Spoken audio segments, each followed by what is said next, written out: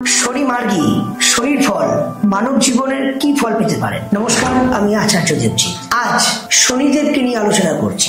রাশি চক্রের দশমপতি এবং একাদশপতির মালিক হচ্ছে শনিদেব।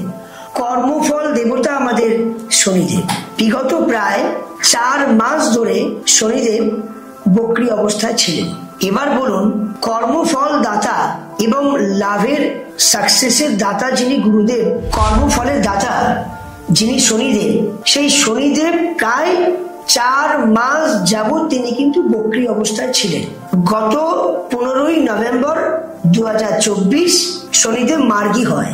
তাহলে 15ই নভেম্বর যে শনি মার্গী হলো, এই মার্গীর ফল কিন্তু মানব জীবনের অনেক বড় প্ল্যাটফর্ম এনে দেয়। তাই তো কর্মজগতের জায়গায় 4 মাস 5 মাস হলো বহু মানুষের বহু সমস্যা হচ্ছিল। ট্রেন অ্যাক্সিডেন্ট বলুন, দুর্ঘটনা বলুন, শারীরিক দিক দিয়ে বলুন, অ্যাক্সিডেন্ট, পা ভেঙে যাচ্ছে, হাত ভেঙে যাচ্ছে, দুর্ঘটনা ঘটে যাচ্ছে।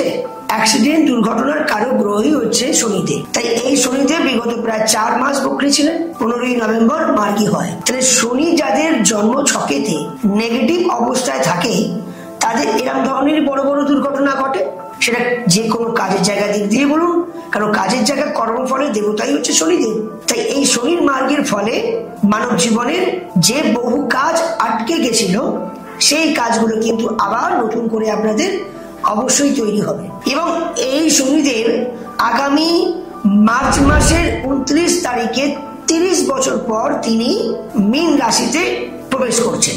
তাহলে এই 2025 রানিং মার্চের 29 তারিখের পর শনিদেব মীন রাশিতে আসছে। তাহলে নতুন বছর এবং মার্গীর ফল মানব জীবনের 12 রাশির অনেক দিক দিয়ে শুভ ফল হবে। তাই আপনাদেরকে বলি, এই জন্ম কুষ্ঠির কুণ্ডলী অনুযায়ী যদি স্যাটার্ন মানে শনি যদি আপনাদের কোনো দুর্বল অবস্থায় থাকে, তাহলে আপনি কি করবেন, শনিবার করে সর্ষের তেলের সাথে তুলো দিয়ে তিল দ্বারায় শনিদেবের কাছে একটু পুজো দেবেন। শনিবার নিরামিষ আহার করবেন।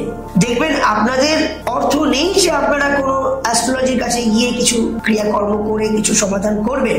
তার দ্বারা আপনি যদি এই ক্রিয়া রেমেডি যদি করতে পারেন, আপনি মোটামুটি যেভাবে খুব ইনজোর হয়ে গেছেন সেই জায়গা থেকে আপনি অনেকটাই ভালো থাকবেন। তাই সকলে ভালো থাকবেন, সুস্থ থাকবেন। জয় মা।